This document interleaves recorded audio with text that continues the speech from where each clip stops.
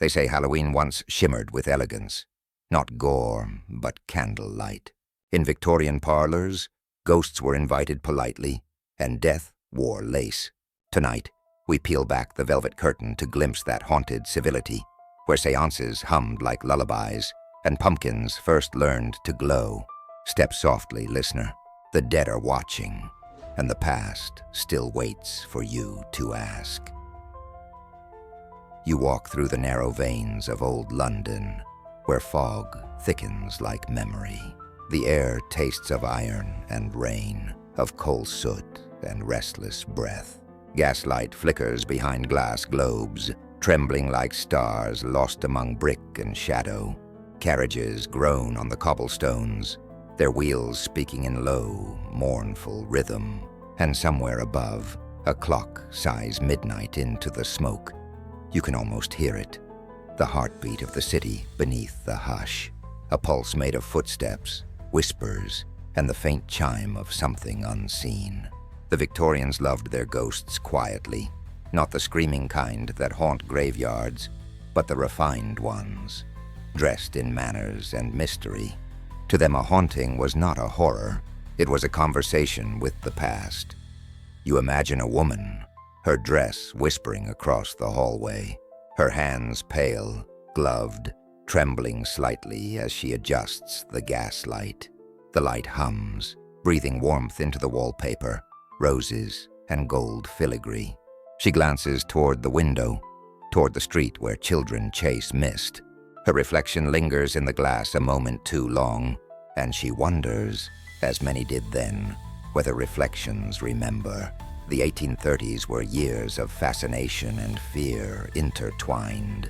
London was a city between centuries, still half in the age of candlelight and prayer, half stepping into the hum of machines and science. Factories rose like dark cathedrals, telegraphs whispered across wires, faster than any ghost.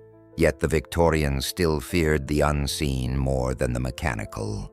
They spoke of spirits that wandered through gaslight, drawn to the warmth of progress, curious about the living who had learned to hold fire in glass.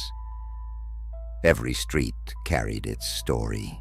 Baker Street, with its thieves and philosophers, Whitechapel with its secrets buried in fog, and in every alley, someone swore they had heard a whisper.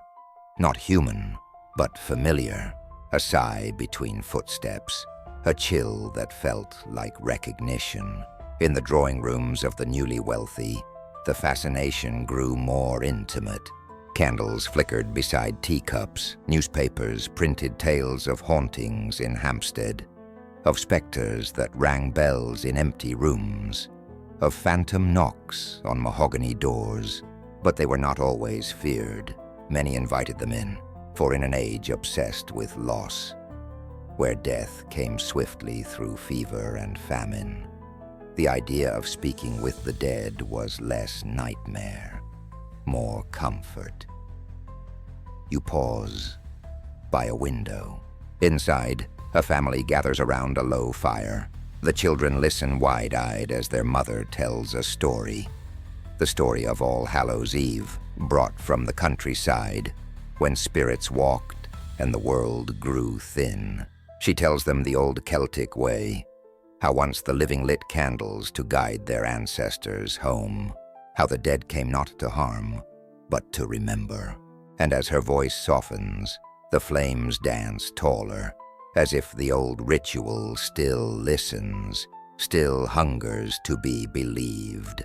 Outside, the fog thickens. You move on, tracing the edge of light between one lamp and the next. Each one buzzes faintly, a hum that feels alive. The Victorians believed that gaslight itself had a soul. They said it breathed, that the flicker of its flame was a kind of heartbeat, and if you stood very still, you could hear it whisper. Science tried to explain such things. The physicists spoke of pressure, of flame and fuel, of air drawn through iron veins, but no theory could explain why so many swore the lights dimmed when sorrow entered the room, or why some said their loved ones appeared in the glow. faces forming and fading like candle smoke. London was alive with such contradictions. It was the empire of reason, yet the capital of ghosts, a place where inventors built the future, while poets listened for footsteps behind them. You can almost sense that duality beneath your own skin. Logic on one side, wonder on the other, both humming quietly together. A church bell tolls. The sound rolls across the rooftops, low and heavy, shaking a few drops of fog from the gutters. The echo lingers longer than it should, and for a moment, it feels as though the whole city holds its breath. The cobbles beneath your boots glisten with a thin film of mist, and you see the faint shimmer of faces in every puddle. Echoes of another century. Still wandering these same streets, you turn a corner, and there it is. A row of tenements washed in amber light. Windows like tired eyes, some open, some dark, some softly glowing, and in one of them an elderly man sits alone, reading a letter that trembles in his hand. He reads aloud, to no one visible, his voice soft and cracked with memory, for Victorians often read to their dead. They wrote letters addressed to heaven, left messages in locked drawers, believing spirits could pass through paper the way moonlight passes through lace. Some said the city itself was a conduit, a grand séance chamber of smoke and silence, that the hum of factories, the rhythm of gears, was how the dead kept time with the living, and that on autumn nights, when the fog hung heavy over the Thames, you could almost see them. Figures standing on the bridges, their faces turned toward the lights. You stop by the river's edge. The water moves like black silk beneath the lamps. Reflections shimmer, gaslight, moonlight, and something else. Perhaps it's only the current, or perhaps the Victorians were right to think that light remembers every shadow it touches. Somewhere upriver, a laughter drifts from an unseen gathering, a Halloween of another age, not with masks and monsters, but with velvet gowns and whispers. The Victorians made their hauntings beautiful. Ghosts were not chased away. They were entertained, welcomed with etiquette and candlelight. A good haunting, they said, was simply good company from beyond. And as you walk, the night folds deeper. The lamps burn lower. You pass a shop window where wax figures stand motionless, faces too lifelike in the dim light. For a heartbeat, one of them seems to move. Or maybe it's your reflection. Maybe it's London itself, remembering every soul who ever stared into its glass. The hour grows thin. Somewhere, a violin begins to play. Faint, trembling. A song that might be prayer, might be farewell. It drifts through the fog like perfume, and you realize that this city, this age of invention and mourning, was always haunted by its own beauty. You close your eyes, and the gaslight flickers behind your lids. A soft pulse, a heartbeat centuries old. You listen. The cobblestones murmur, the lamps whisper, the veil stirs, and somewhere in the breath between now and then, something ancient begins to listen back. You stand in the doorway of a room that glows like memory. Music spills softly from a distant pianoforte, notes fluttering like moths towards the gaslight. The year is 1845, and London is intoxicated with its own elegance. Outside, the fog presses close, but inside, the air is heavy with perfume and secrets. A masquerade, the grand invention of civility's darker twin. Every autumn, as leaves died in slow spirals beyond the glass, the wealthy gathered in drawing rooms to dance with phantoms. Not the kind that moan from graves, but the ones that live in the human face, hidden behind manners and mirrors. You can smell the paper and paint, the faint sharpness of glue, the musk of powder and sweat beneath perfume. Masks of every kind glimmer beneath candlelight, some feathered and bright, others carved from papier-mâché and painted with sorrow. Tragedy and comedy, sin and virtue, all pinned together with ribbons and lace. You drift through the room like smoke, watching the Victorians perform their delicate deception. A lady in white silk laughs behind a porcelain mask, her fan fluttering like wings of retreat. A man with a raven's beak bows low, his gloved hand trembling as it touches hers. Their laughter is polished, silver and fragile. But beneath it, a hum of something raw and restless. The Victorians adored masks for what they allowed. Anonymity, a loosening of the social spine. Behind a mask, one could flirt, confess, dare to look too long. Even the Queen's subjects, so bound by etiquette, could taste freedom for an evening. But there was something else, a superstition that slipped through the chandeliers and lace. They said a mask, if worn too long, could begin to remember your face, that it could borrow your breath, your laughter, your secrets. And when the night ended, when the mask was lifted, some part of you might remain beneath it, trapped in papier and pigment, forever staring out. You feel it now, the hush beneath the laughter. Every party carries its silence. Every smile hides its fracture. In a corner, a painter sketches the dancers, his charcoal moving quickly like a conjurer. He captures not faces, but energies. Shadows that lean closer, eyes that burn through disguise. He knows, as every artist does, that masks reveal as much as they hide. The host raises a glass, cut crystal catching the glow. He speaks of art, of beauty, of civility's triumph over chaos. But his voice trembles when a draught stirs the candles. A dozen flames bow in unison, as though greeting someone unseen. The laughter resumes, a little forced now, for in those days, even pleasure carried superstition. The Victorians believed that the dead attended every ball, drawn to the music and light, jealous of the living's disguise. That's why masks were more than fashion. They were protection, to confuse the spirits, to make them forget which faces were still breathing. You wander closer to the dancers. Gloves brush against satin, jewels glint like trapped stars. The floor trembles faintly beneath their steps. A waltz begins, slow, looping, hypnotic. Partners turn and turn again, their eyes lost behind painted sorrow. You realize the dance itself is a ritual. Every spin erases identity. Every bow renews illusion. It's beautiful and quietly terrifying.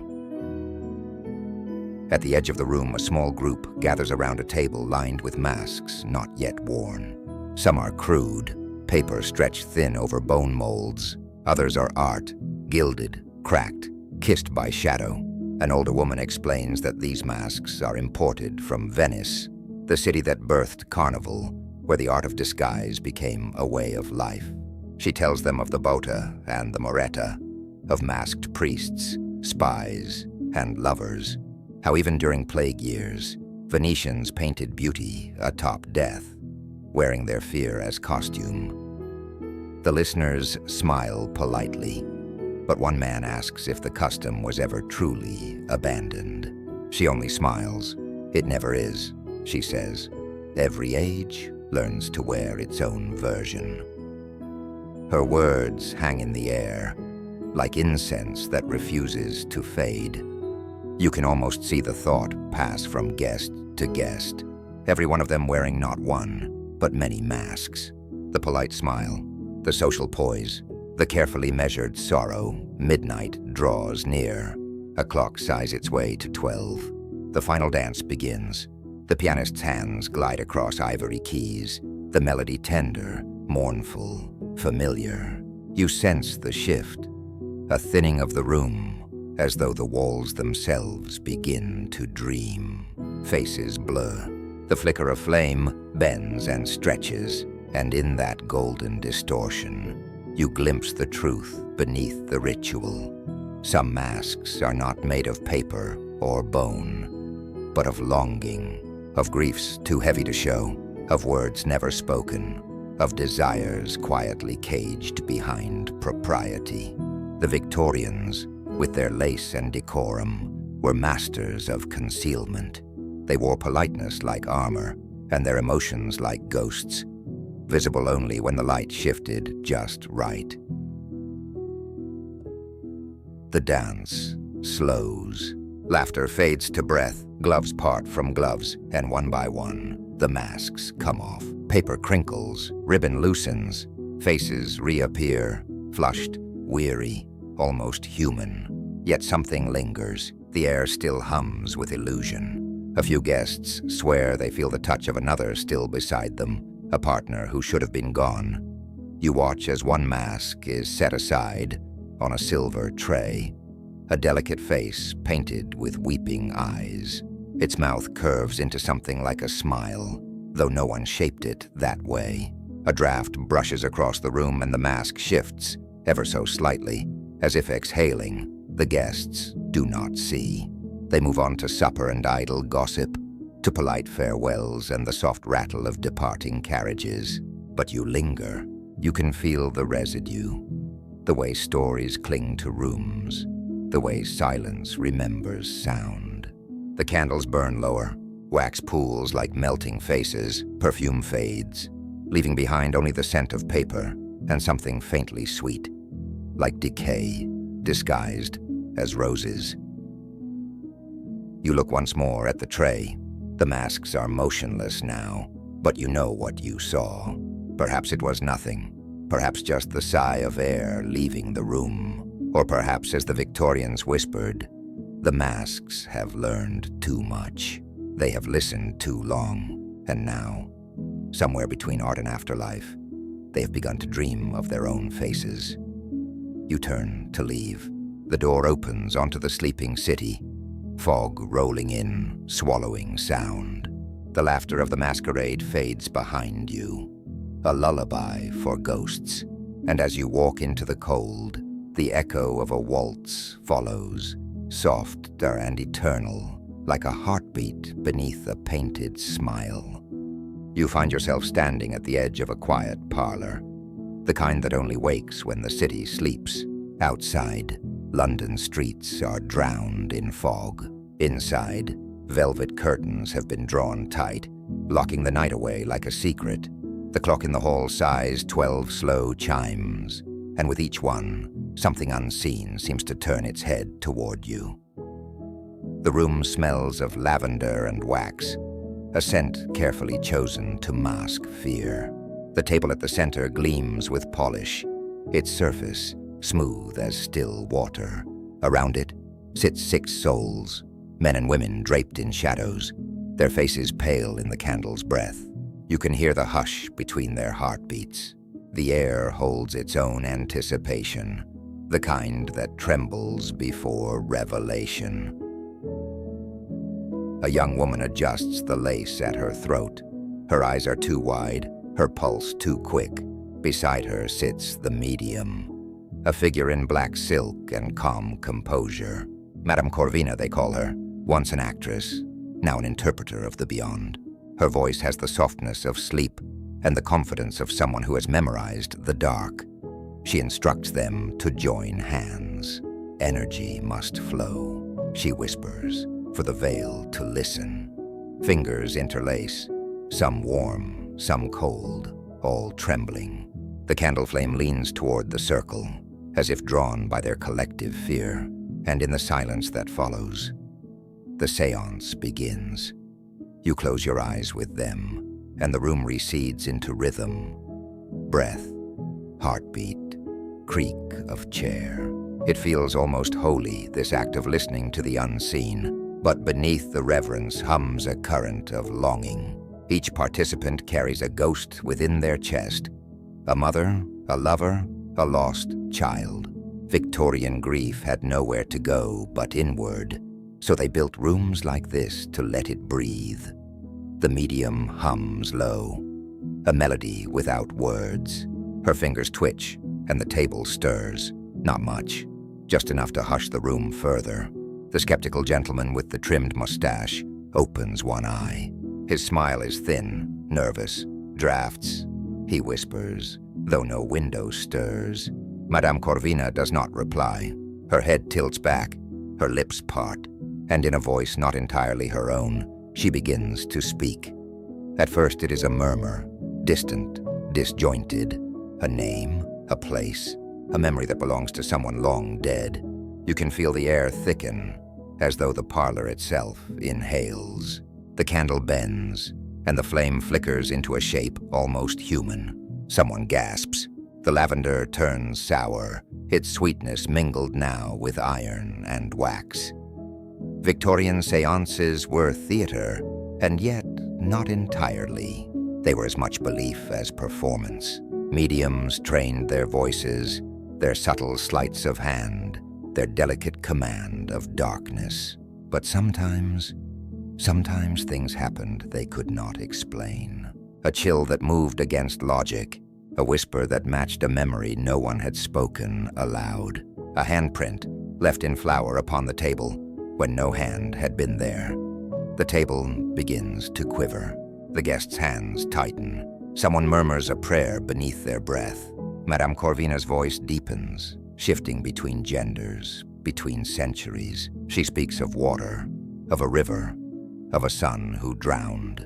The young woman gasps. It is her brother's story, a secret she never shared. The others stare in awe, some in doubt, some in tears. And then the knocking begins. 3 sharp raps, as though from beneath the table. Once for yes, twice for no, as the lore commands. Questions bloom like confessions. Is he at peace? Does he forgive me? Will he send a sign? Each knock echoes, measured and deliberate, the rhythm of something neither living nor entirely gone. You can feel it now, the shift in temperature, cold creeping like fingers up your spine. Even the candle burns blue at its edge. The veil is thin tonight, so thin you could almost see through it. Madame Corvina's eyes snap open. They are not hers anymore. Her voice breaks into a whisper. Someone stands behind you. Every head turns, but the space is empty. Only shadows and wallpaper patterns, flowers that seem to twist as you look at them. The silence that follows is unbearable. And then, a single breath. Soft, close, not belonging to anyone in the circle. In the world of Victorian mourning, death was both guest and god. They wore black for years, kept locks of hair in brooches, spoke to portraits as if to living flesh. Seances were their bridges, fragile, flickering, but full of faith. They did not seek horror. They sought connection, to prove that love could not rot, that the grave was not an ending, only another kind of room. The seance grows louder now. Knocks become thuds. The table groans. A gust of unseen wind scatters papers from the mantel. Someone screams, and yet no one dares break the circle. Madame Corvina sways in her chair, eyes rolled white, lips forming words older than language. The candle bends low, flame grazing the tabletop, and then extinguishes itself with a hiss. Darkness. Pure, living darkness. The kind that has texture, that breathes back when you exhale. For a moment, you are nowhere, and then a hand, cold and wet, brushes across your own. It's gone before you can react. When the lights return, for someone finally strikes a match. The medium has collapsed. Her body lies still, but her face wears a faint smile, as if she's heard the answer she was waiting for. The guests are pale, trembling. Some insist it was a trick. Some swear they felt the presence too, and one quietly leaves the room, his hand clutching his chest where a heart still races. In the days that follow, they will tell this story over and over. At tea tables, in hushed gatherings, at other seances, with other candles. Each retelling will blur the truth until the line between fear and faith dissolves entirely. But the parlor will remember, Every room remembers, especially the ones that invite the dead to speak. You linger after they've gone. The lavender has wilted. Wax drips down the candlestick like pale tears, and though the house is empty, you can still hear faint knocking. Slow, deliberate, almost gentle. 3 raps, a pause, 2 more. The language of longing. You turn toward the curtain. For an instant it moves, not from wind, but from something passing through. You whisper into the stillness, a name not yours, and feel the room breathe it back. Outside, the fog swallows London whole. The night resumes its ordinary rhythm, but behind every shuttered window, in every darkened parlor, hands are clasping once more. Candles flicker, questions rise, and somewhere, beyond the veil's thin edge, something ancient still listens, patient, unseen, waiting to be called again. You sit in the hush of a candlelit room where grief breathes softly between the walls. The air is warm and close, carrying the faint perfume of ink and old paper. A quill trembles in the hand of a woman dressed entirely in black. Her veil is drawn low, her posture reverent, as if each word she writes might shatter the silence of heaven. This is not an ordinary writing desk. The hour is late. Too late for correspondence between the living. And yet, across London in these decades of mourning and invention, letters continue to arrive. Not from men, but from memory. Not from flesh, but from faith. They call it automatic writing, a seance without voices, a ritual where ink replaces the tongue. The hand becomes the messenger, the page a portal. Mediums claim they feel it, a soft pressure guiding their wrist, a whisper forming behind the eyes, and soon the quill begins to move, shivering across the page in delicate haste, as if something unseen is racing to be heard. You watch as the words emerge, jagged, uncertain, yet strangely deliberate. My dearest Clara, the light here is unlike yours. Do not weep, I have not left you. The ink pools in certain letters, as though written by a trembling heart. The medium does not look down. Her eyes are distant, glassy. The room has fallen utterly still. Only the faint scratching of the quill remains. The sound of longing made visible. In Victorian parlors, this was not rare. After wars, after fevers, after the slow attrition of poverty and childbirth, grief became a kind of daily guest. And when grief stays long enough, people begin to speak to it, to write to it, to imagine that it might write back. The first of these letters were simple. A few words claimed from the void. I am safe. I see you. I wait. But soon, entire pages were filled. Confessions, advice, even blessings from beyond. Newspapers began to print them, half mocking, half marveling. The Society for Psychical Research took notice. Was it fraud, or a new language between worlds? For every skeptic, there was a believer. And for every believer, a story that refused to fit reason. A widow in Bath receives a letter in her husband's handwriting, the slant and flourish unmistakable. It answers a question she whispered only in prayer. A mother in Manchester finds her son's childhood phrase scribbled at the end of a seance transcript, something no one else could have known. Coincidence? The skeptic said. Proof? The faithful replied. But between those two words lay a silence deeper than either truth. You trace a finger over one such letter. The paper is rough, the ink faintly sticky with age. There's an ache in the words, a rhythm like heartbeat or rain. I am near the river. I hear your music still. The writer had drowned years ago, or so the story goes. The mediums themselves were mysteries, half priest, half performer. They spoke softly, dressed modestly, yet commanded the rapt attention of rooms full of skeptics and believers alike.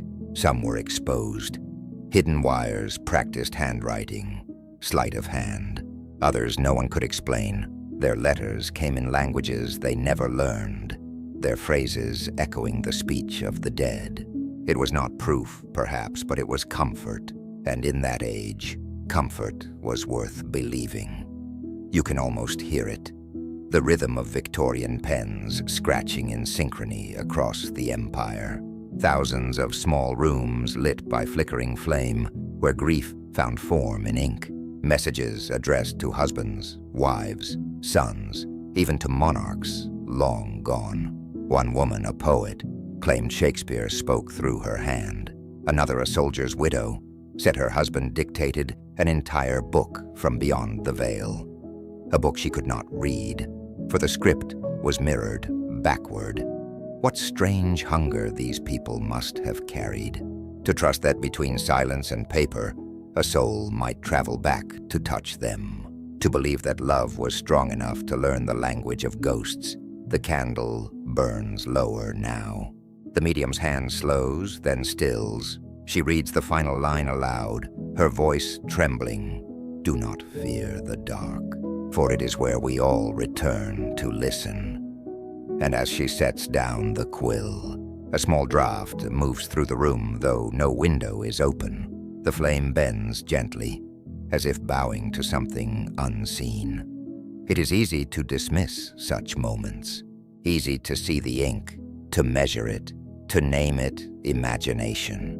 But imagination is a door, and in the Victorian world, heavy with death, yet alight with science.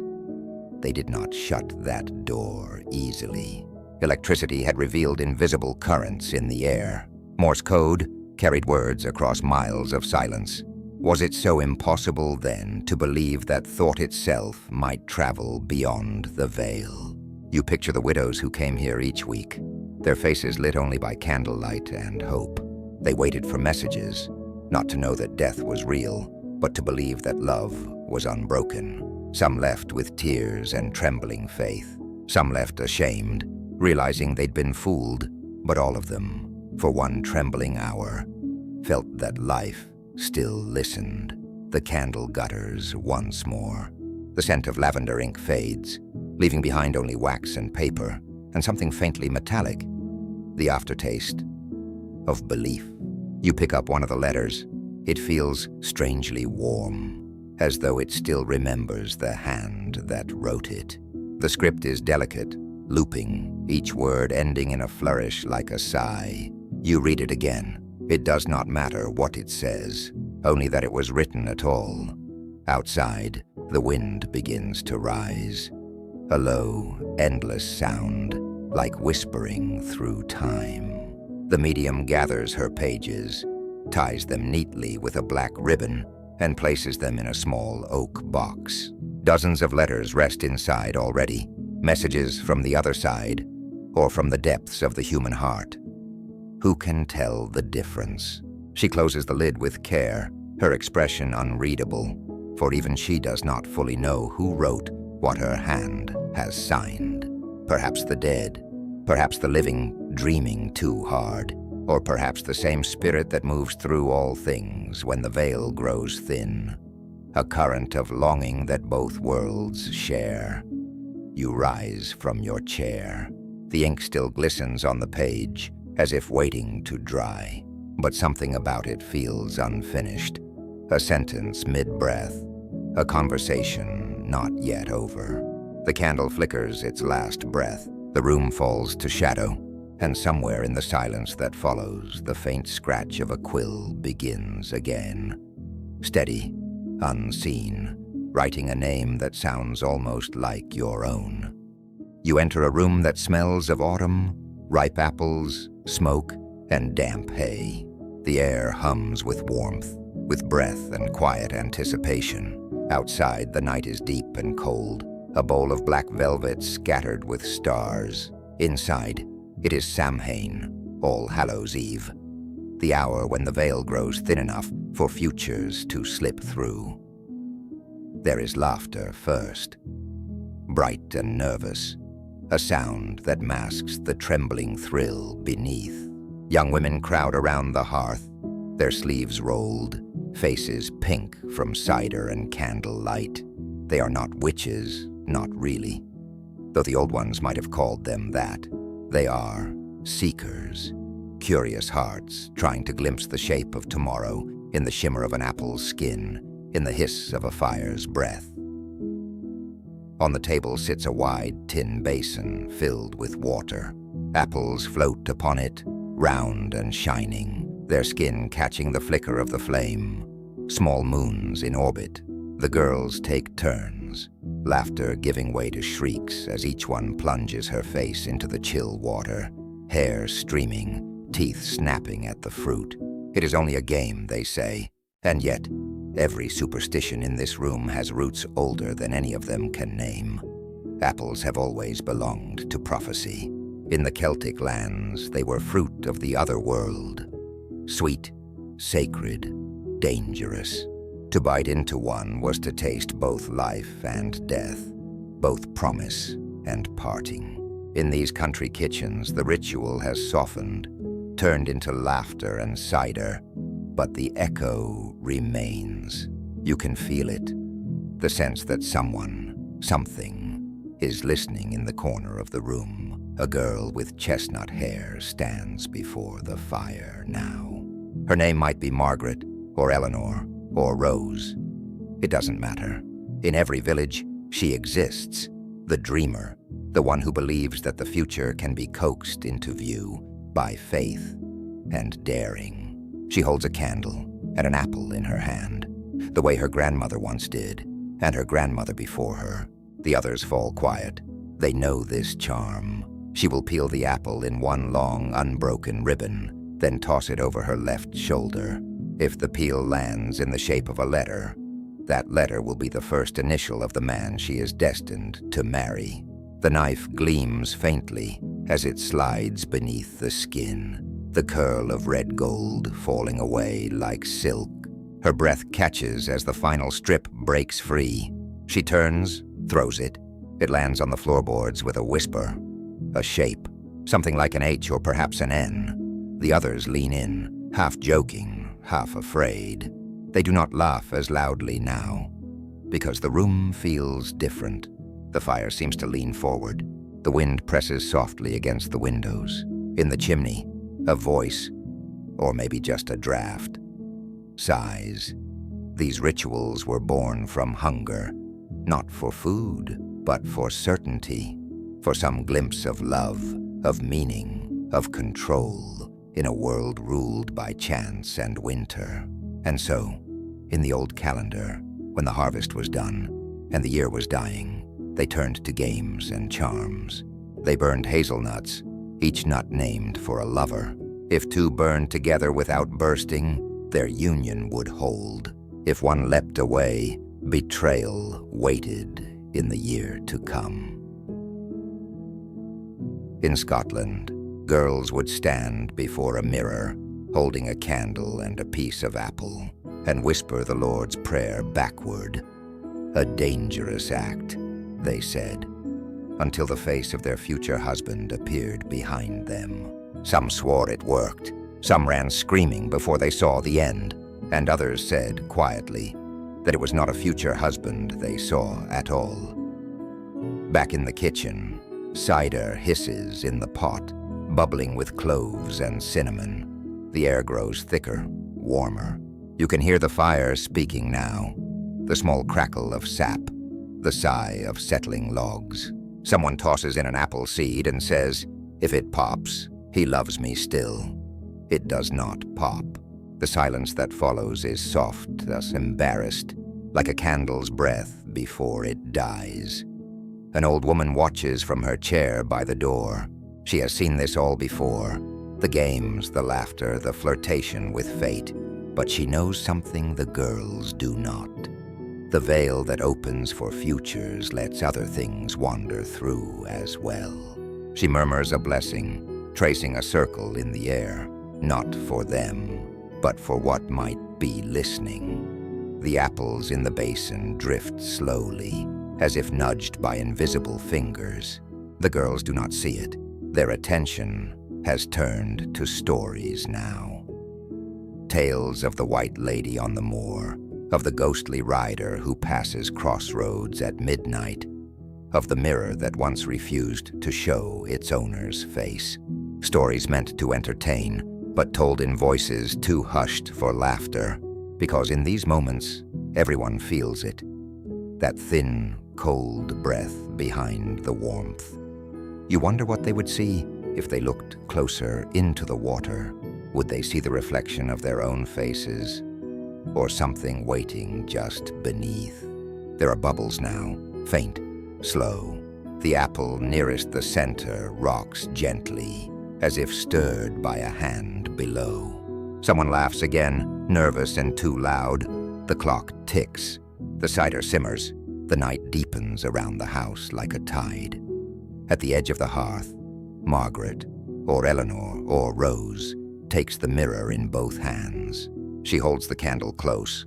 Its flame wavers as she begins the old rhyme. Mirror bright, show me tonight the one whose face is mine by right. Her voice trembles. The others draw back. For a moment, all you can hear is the sound of the fire. Slow, uneven, like breath in sleep.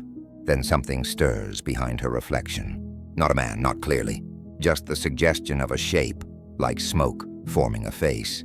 The flame flutters sideways, and the apple in the basin bursts, its skin splitting with a hiss. The girls scream, half in fear, half in laughter.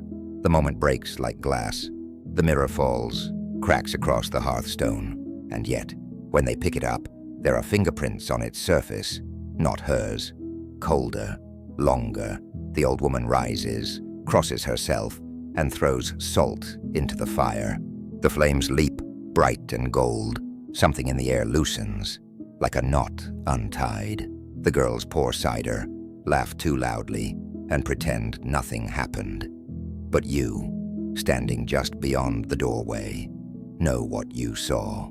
And as you watch them dance and sing, you notice that one apple remains untouched in the basin. It spins slowly in the cooling water, though no one has moved it.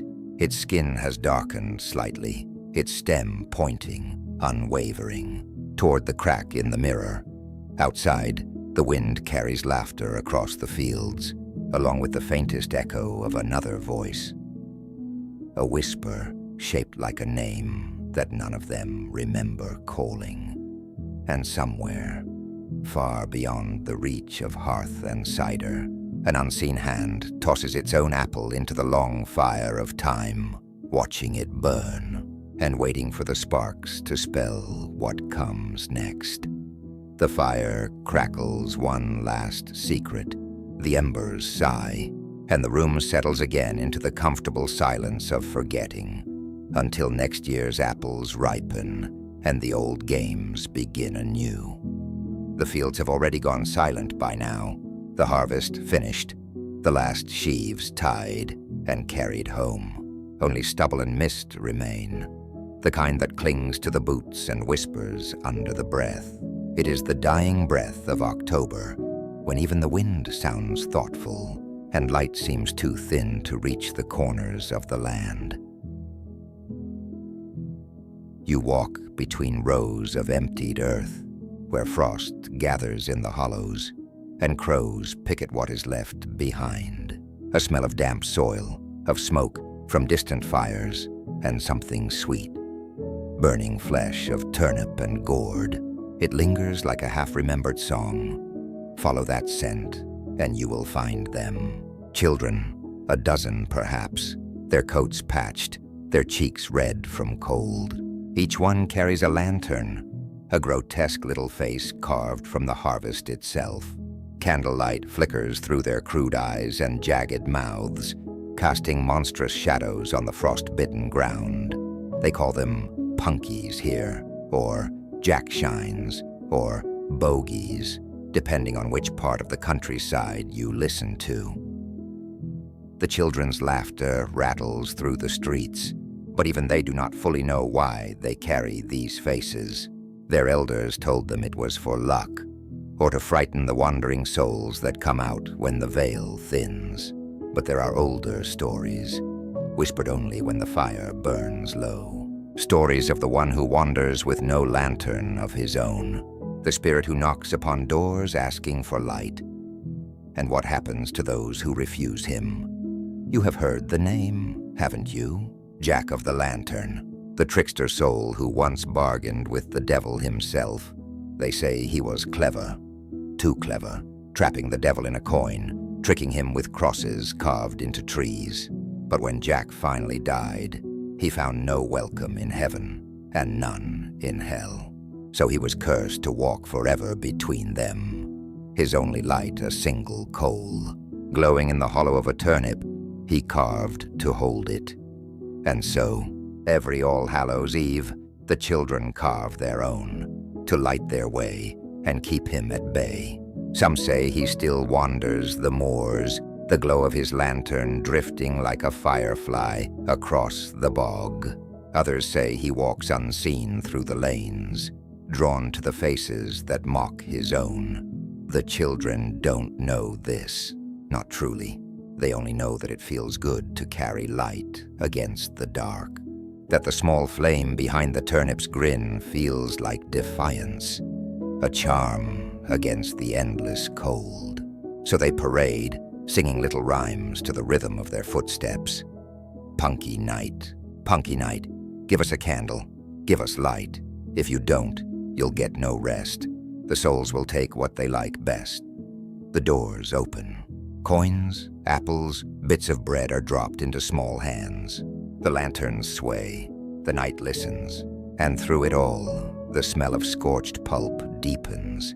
A strange, sweet scent, both homely and unsettling. You can imagine the older generations watching from their windows. Farmers with roughened hands, wives wiping cider from the rims of their mugs, their eyes half dreaming.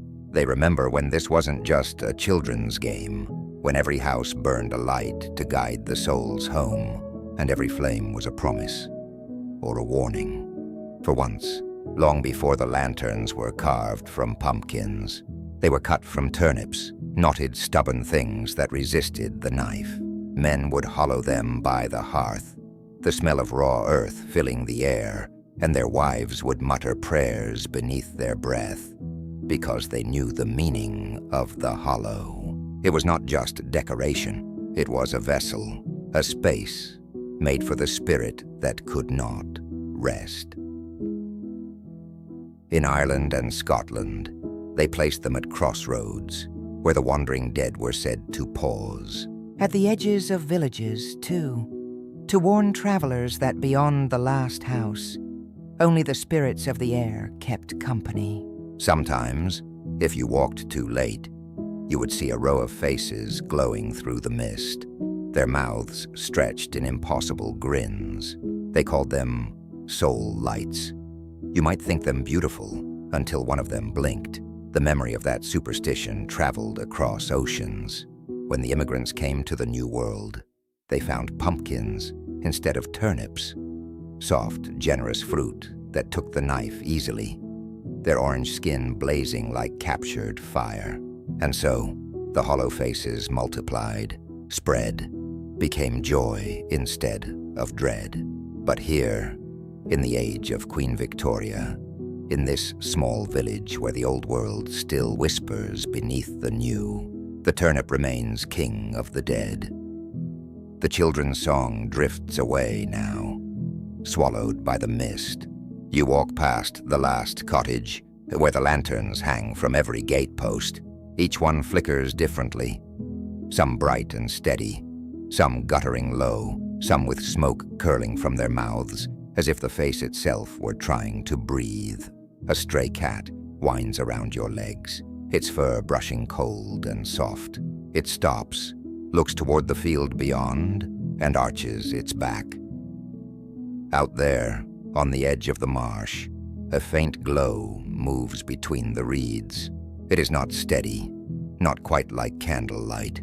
It swells and dims, wanders without pattern. You think of the stories again. Jack, curse to walk forever, his single coal lighting the path of the lost. You whisper to yourself that it's only a bog light, only gas escaping from the damp ground. But deep down, you know how thin that comfort is. A sudden gust sweeps across the lane, rattling the hanging lanterns. One candle goes out, then another. You could swear you hear footsteps, soft, deliberate, dragging slightly through the frost.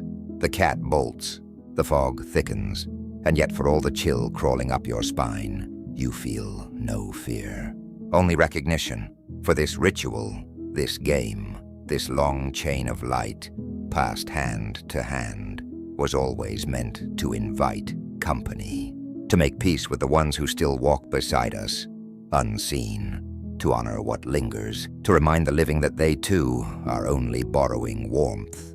Somewhere behind you, a child laughs. The lanterns flare again, their hollow faces bright with sudden life. For a moment, the night itself seems to smile. 1,000 small grins cut into the dark. The wind carries their smoke through the village, the scent of scorched turnip and faint sweetness curling like a spell above the rooftops. When you look back toward the fields, the wandering light is gone. Only the mist remains, folding itself around the hedges, soft as the closing of a story. You keep walking, past the gates, past the houses, until only one lantern still burns behind you. Its grin tilted, its eyes uneven, and though you tell yourself it's just the flicker of a candle, you could swear it watches you go, its flame steady, patient, as if waiting for you to return next year. When the nights are long, and the faces must be carved again, the fog drifts closer, the earth exhales smoke, and somewhere beneath it all, a whisper rises from the soil. A sound like laughter, or like breath escaping a hollow face. You awaken to the hush of another London morning, but this one feels quieter, like the city itself has drawn a veil. The fog outside the window glows faintly with dawn, and from every house you sense the weight of mourning, not as grief, but as ritual. The year is 1863, and the Queen still wears black. Every seamstress in Mayfair, every milliner in Bloomsbury has learned to make sorrow beautiful. Crepe, jet, silk, these are no longer mere fabrics, but languages of loss. The shop windows shimmer with them, their black folds glinting faintly in the gaslight, like ripples across a river at night. Mourning has become a mirror in which an empire sees itself. You can smell the starch and dye on the air, the faint metallic tang of jet jewelry, polished from coal, found deep in Whitby's cliffs. Once raw and dull, it now gleams like frozen tears, cut into beads, brooches, lockets, tokens to cradle the memory of the dead close to the living heart. There are rules for every gesture of grief now. The Victorian code of mourning dictates it all. Who may wear what shade of black, for how long and how deep the sorrow must be displayed. A widow wears dull crepe for a year and a day, her face hidden behind the fine net of her veil. Then comes half mourning, gray silk, mauve, lilac, colors soft as ashes after flame. Even children, servants, and pets must wear their sorrow visibly, lest the house itself seem irreverent to the departed. You imagine these women, their gloved hands wrapped around cups of tea, their lace collars trembling as they speak softly of husbands, of fathers, of sons. The air smells faintly of bergamot, and beneath it, the iron scent of ink from condolence letters stacked neatly beside them. Grief has become a practice of precision, elegant, measured, unending.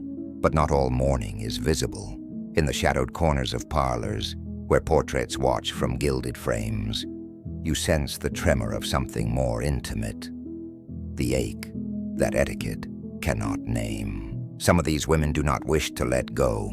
so they preserve what little remains. A locket containing a single curl of hair, twisted and pressed behind glass. A brooch fashioned from hair itself, braided, woven, a miniature wreath to pin close to the throat. Each strand a relic, each clasp a prayer. For the Victorians believed that death was not departure, only transition, that the spirit lingered nearby, just beyond the thin fabric of the seen world. It is in this belief that mourning becomes something else. Not farewell, but communion. The drawing rooms, once lit for gossip and laughter, now glow with dim candles and murmured hopes. Mediums are invited to sit where once guests took tea. Trumpets, mirrors, and glass tables are arranged as if the dead might simply need a clearer path to find their way back home. You hear it in the ticking of the clocks, how time itself seems reverent, every hour measured, each second a heartbeat between this world and the next. Women in silks and veils gather, their jewels catching candlelight, their eyes fixed upon the small flame, trembling at the center of the table. A handbell waits beside it. A prayer of silence fills the air. The medium's voice, when it comes, is low, distant, as if borrowed from another throat. She calls upon the departed not with command, but with longing. Somewhere in the room a teacup trembles. The flame leans sideways. The veil between life and death breathes once, then stills. There are those who say this is trickery, threads and magnets, clever women exploiting grief for coin. And perhaps it is. But what of the comfort it gives? The letter in the dark that no one else could have written.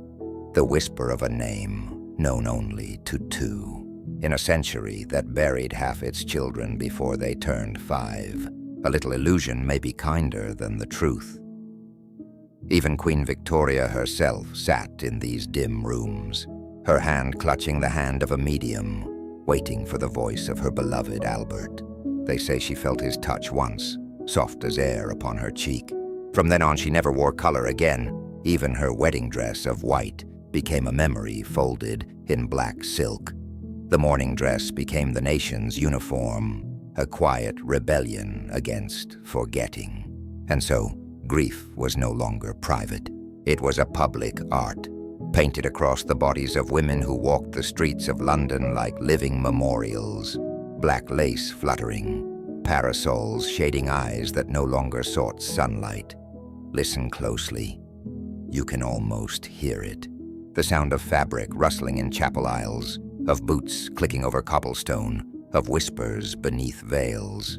Each rustle is a prayer, each tear a language unspoken. Grief becomes performance, yes, but it is also endurance. The human will to keep speaking the names of the lost, so they are not erased by silence. In the shop of a mourning jeweler, a craftsman works by lamplight, stringing jet beads one by one into a necklace shaped like the night sky. He hums to himself as he polishes each stone, seeing in its black depths the reflection of his own eyes. The candle beside him flickers. He thinks of the woman who will wear this piece, her heartbeat echoing faintly beneath it. He wonders if she will ever laugh again. Outside, the city moves on. Omnibuses rolling, bells tolling, chimneys painting the sky with smoke. But beneath all that motion, the rhythm of mourning continues, quiet and steady, like the slow waltz of grief itself. You imagine a ball, the great houses filled once more with music, but everyone dressed in black, couples gliding across the marble floor, lace sleeves brushing lace sleeves, their faces pale, serene, a ghostly dance between memory and survival, every twirl a defiance of death, every sigh a remembrance. In this world, even beauty belongs to the dead. Perfume bottles shaped like urns, fans embroidered with skulls and roses, letters sealed in black wax, their edges tinted like mourning ribbons, love letters and epitaphs written on the same stationery, all things, joy, grief, desire, braided into one continuous thread.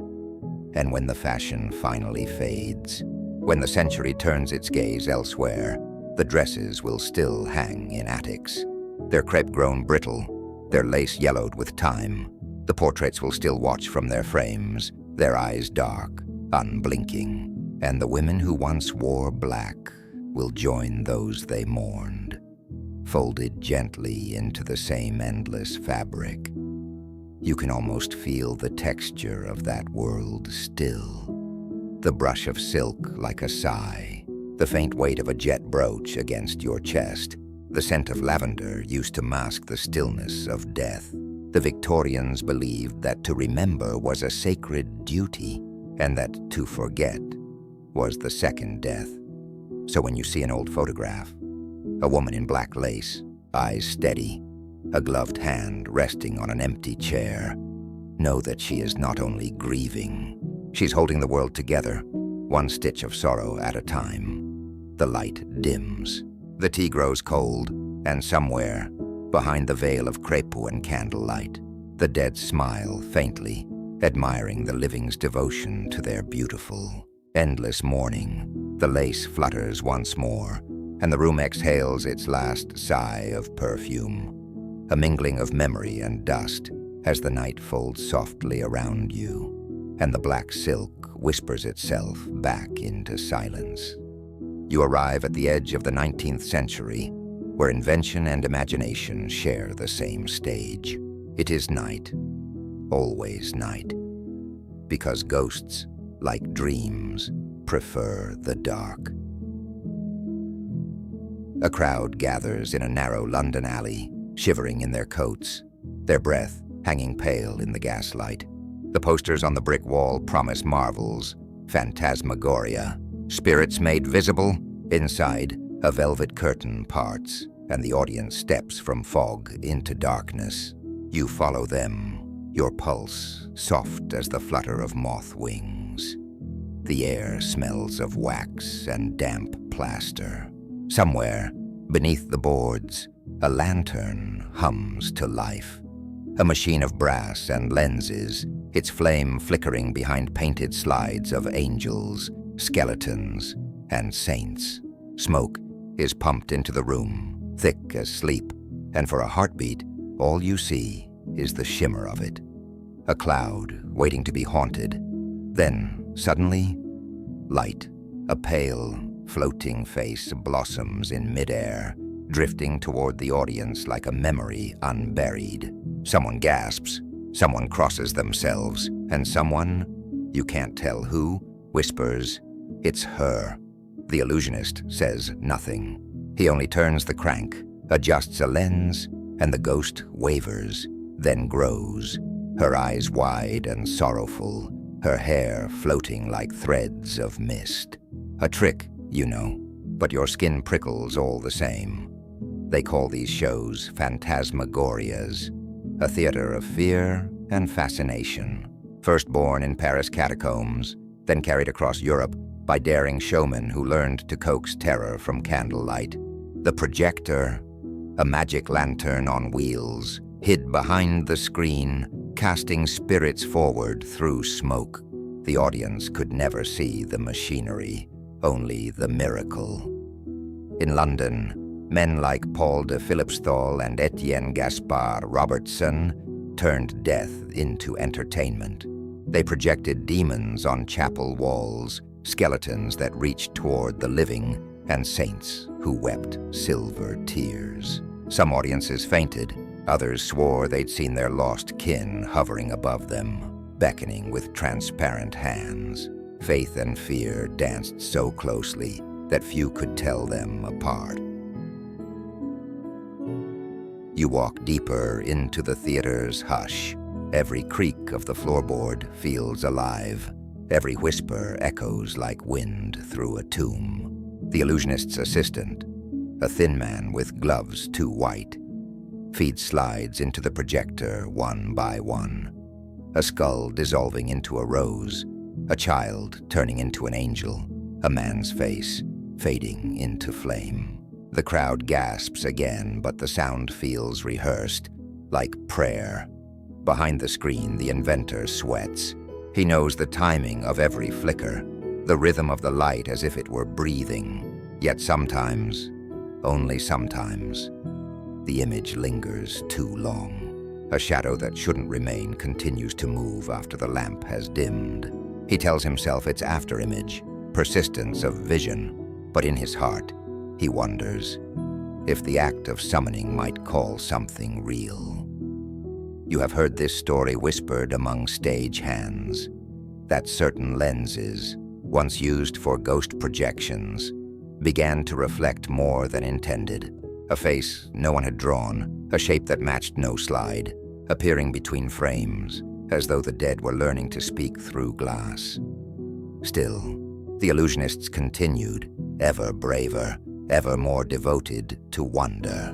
By the 1850s, the magic lantern had found companions.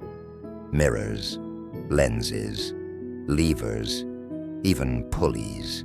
They called it Pepper's Ghost, a discovery that would change theater forever. You are in the stalls now, watching a stage lit by lamps bright as moons. Dr. John Henry Pepper himself appears before you, gesturing toward a glass pane tilted at 45 degrees. A coffin sits center stage. A woman lies within, still, serene. And then, as the orchestra falls silent, a figure rises from the coffin, translucent, glowing, alive. The audience gasps as one body. The illusion breathes. It is not witchcraft. It is light, reflection, and angle. A real actor hidden below the stage, his image cast onto the glass. But in that moment, when the ghost bows and fades, you feel the shiver of something ancient, that timeless ache to believe the dead might still be watching. Across Europe and America, ghost theaters bloom like fungi in the dark. Magicians adopt the trick. Spiritualists borrow it for seances. Even scientists attend, scribbling notes on the psychology of all. Light reveals what faith desires, writes one philosopher in 1868, and illusion is but a mirror for grief. Outside the theaters, children press faces to windows, their eyes catching the reflection of candlelight on glass. They giggle until they notice a shape behind their own faces, a glimmer that shouldn't be there. Perhaps it's a trick of the fog, or perhaps London by then had grown too used to ghosts to notice them creeping in for real. You wander backstage. The smell of oil and dust lingers, and somewhere a gear ticks like a heartbeat. The illusionist's tools lie scattered. Glass slides painted with angels, a cracked mirror wrapped in velvet, a notebook filled with sketches of faces no one remembers. Some of them are crossed out, some are not. A diary lies open on the table. Its pages shimmer faintly in the lamplight. You read a line written in a hurried hand. If the light is strong enough, the reflection may not return. The next page is blank. They say that one night, during a late performance at the Egyptian Hall, an image appeared no one had prepared. Not on the slide, not in the notes, not in the man's memory. A pale child, her eyes wide and sorrowful, drifting across the smoke. The audience applauded, believing it part of the show. But the illusionist fled the stage, refusing to work again. He claimed afterward that the child had turned toward him, not the crowd, and mouthed his name. You think of all the faces the lanterns must have shown, how many hundreds of dead brought briefly to light, how many longing hearts found momentary proof, and you wonder if a reflection is seen often enough. Does it begin to believe in itself? Outside the theater, the fog has thickened. The lamplighters are making their rounds, and their poles flick sparks into the mist. The smoke curls like ribbons above the roofs. And for an instant, you see figures walking there. Ghosts of light projected upon the clouds.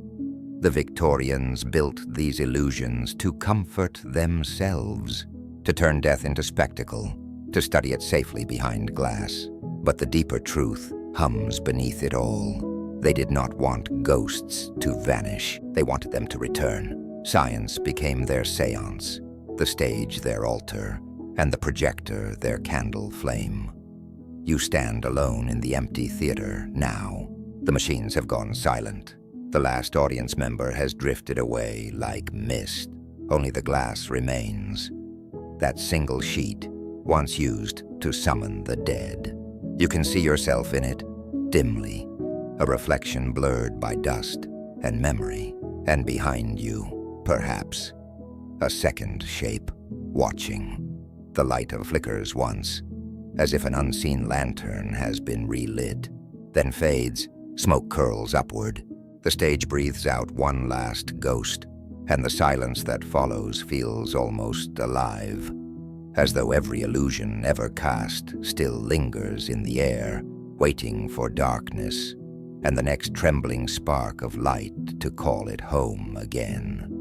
You walk beneath the October sky, its breath sharp as cider, its light soft as morning. Leaves rustle like old paper, and somewhere in the countryside, a bonfire burns, small, careful, civilized.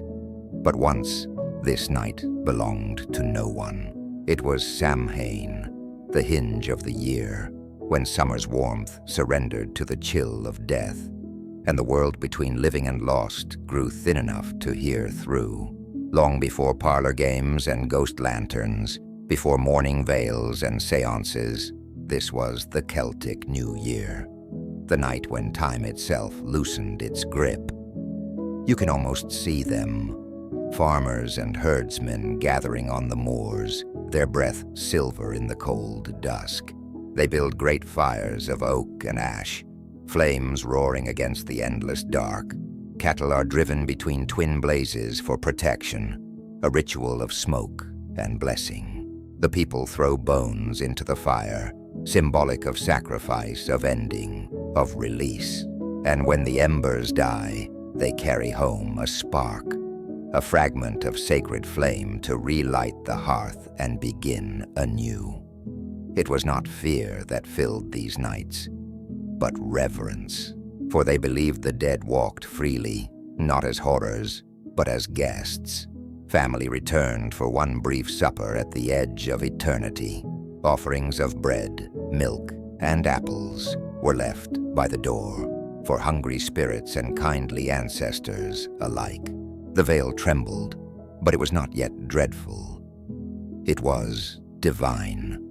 Now, at centuries later, you find yourself standing in a drawing room in London. The year is 1889. Candles flicker on every surface, their flames faint reflections of those ancient bonfires. Children play apple games in polished basins, and ladies in silk read fortunes in mirrors. No bones burn here, no cattle pass through smoke, and yet if you listen closely, the echo of Samhain murmurs beneath the laughter. The Victorians had turned the sacred into social ritual, the old faiths into polite entertainment. But they did not forget. They reinterpreted.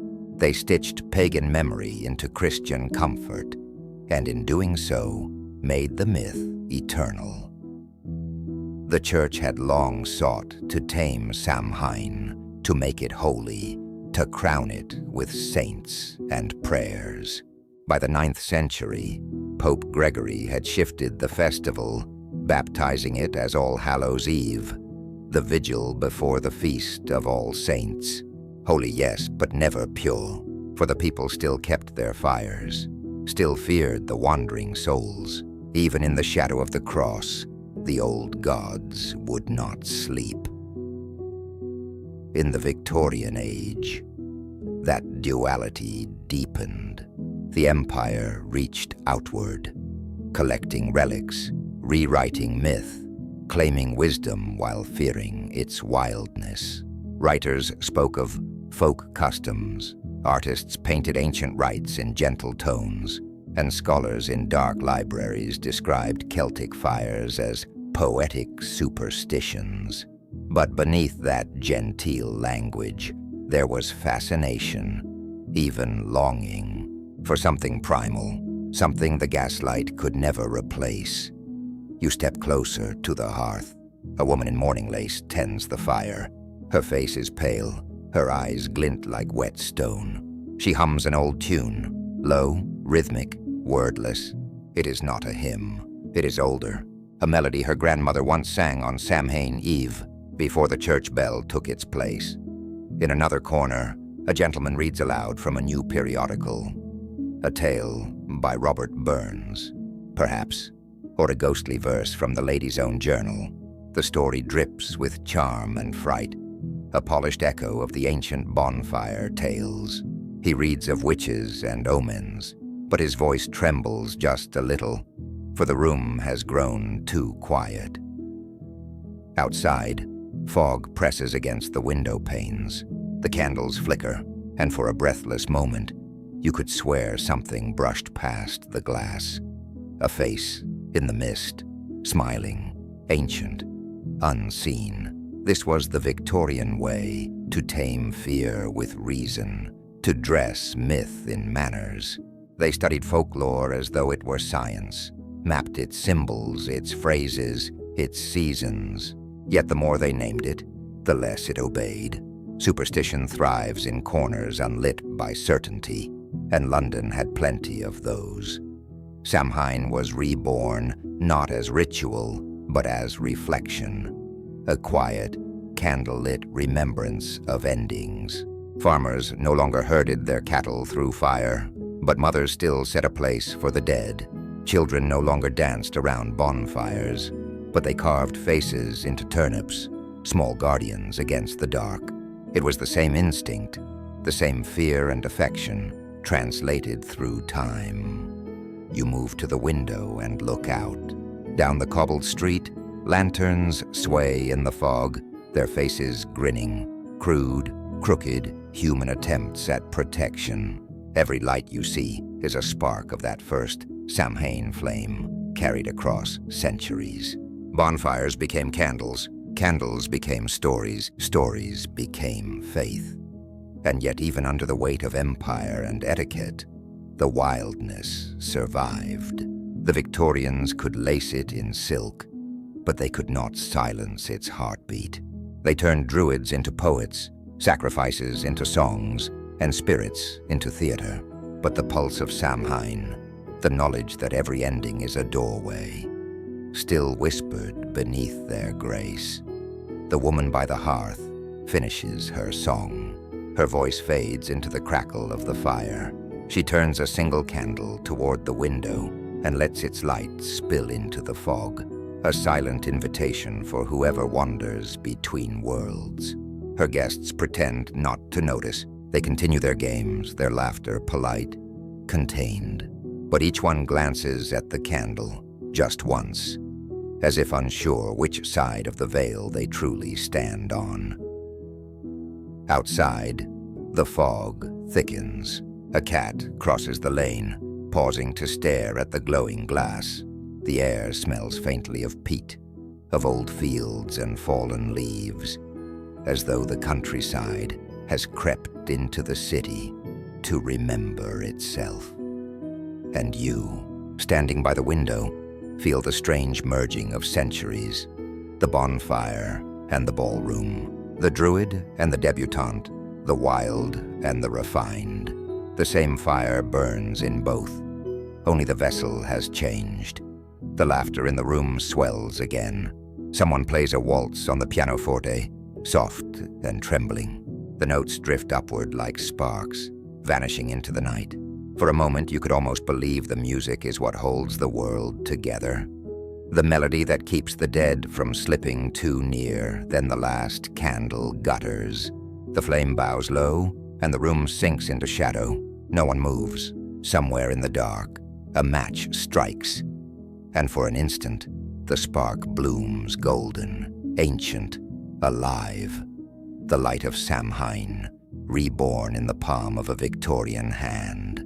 A ritual disguised as custom, a prayer disguised as a game. Outside, unseen, the old gods breathe in the smoke and smile, and as the flame steadies once more, you feel it, that quiet, rhythmic pulse beneath every age, every costume, every name, reminding you that nothing ever truly dies. It only waits for the next light to remember it. The century is closing its eyes. Steam hisses from the iron veins of London, and the lamplighters make their rounds for the last time tonight.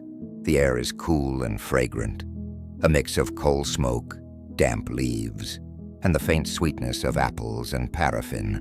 You walk among them, the dreamers, the wanderers, the ghosts of the living and the living among ghosts. 1,000 windows glow like captive stars. Inside, tea cools in china cups. Clocks whisper toward midnight.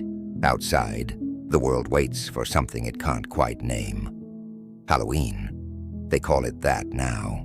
A word once foreign, reshaped by a dozen tongues, by saints and poets, by colonists and children. Once it was Samhain, a fire festival at the edge of winter. Now it is a night of costumes, laughter, and quiet unease. The Victorians gave it structure, polish, and poetry.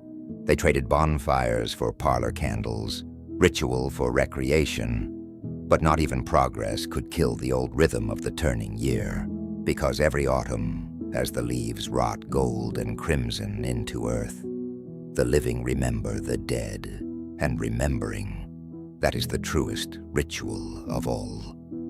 You pass a group of children darting down an alleyway, their laughter slicing through the fog like bells underwater. Each one carries a lantern, carved turnips grinning, faces twisted in cheerful horror. Inside, the candles flicker, their flames bowing as though to unseen company. They knock on doors and recite rhymes learned from older mouths. Souls, souls, for a penny tonight, good mistress, give us something light. It is not quite trick or treat, not yet, but the seed is there, glowing quietly. A new tradition growing from ancient soil. Behind them, a woman in mourning lace watches from her doorway. She smiles faintly, a smile that seems to know more than it shows. Perhaps she remembers another Halloween, when she too carried a lantern through the mist, believing the dead might follow kindly behind. She turns back into her house where a single photograph of her late husband rests beside the fire. For a moment, the glass catches the candlelight, and it seems he smiles too. You follow the sound of bells. At the edge of the square, a group of students has gathered around a small bonfire, a rare thing in the city. They toss in scraps of paper, each one inscribed with wishes for the coming year. When the flames catch, the smoke curls upward, as if carrying their words to someone listening just beyond sight. A man with a violin begins to play. The tune is both sorrow and celebration, something between a hymn and a lullaby. It winds through the fog, curling around lampposts and down the narrow lanes. Somewhere, another violin joins in, faint, delayed, like an echo played by someone unseen. In that moment, you realize Halloween has always been a dialogue, the living calling into the dark, and someone, answering back. You close your eyes and listen. The rhythm of footsteps, laughter, and wind blurs together, until it sounds like the breathing of the city itself, and beneath that breath, a softer one, older, patient. The Victorians believed in progress, in industry, in reason and reform, but they also believed in ghosts, not the shrieking kind, but the ones that linger quietly, in mirrors, in photographs, in the silence after a name is spoken aloud. Even as factories roared and locomotives screamed through valleys, they held seances by candlelight and wrote poems to the ones they lost. They built machines to capture light, but still prayed to capture souls. Now as the century exhales, their inventions still hum in the background. Telegraphs whispering like nerves of the dead. Photographs holding faces like pressed flowers. Technology, belief, and longing. Threads woven too tightly to pull apart. A gust of wind moves through the square. The children's lanterns sway, their carved smiles trembling. The fire crackles lower, burning down to coals red as heartbeats. One child, the smallest, turns to you. Her eyes are the color of moonlit glass. "Will they come?" she asks softly. You don't know who she means, but you answer, "They already have," because they always do. Every Halloween, when memory leans too close to the present. The air fills with echoes, the scent of something remembered, the sound of a voice that shouldn't exist anymore, the flicker of light where none should be. Above the city, the autumn moon hangs swollen and silver. It watches without blinking, its face the same one seen by druids, by monks, by widows, by children carving turnips. It has watched fires on moors and lamps in windows, and tonight, it watches both again. You walk along the Thames, where the water reflects that moon like a slow, breathing mirror. Lanterns drift along the bank, some carried by revelers, some set adrift as offerings.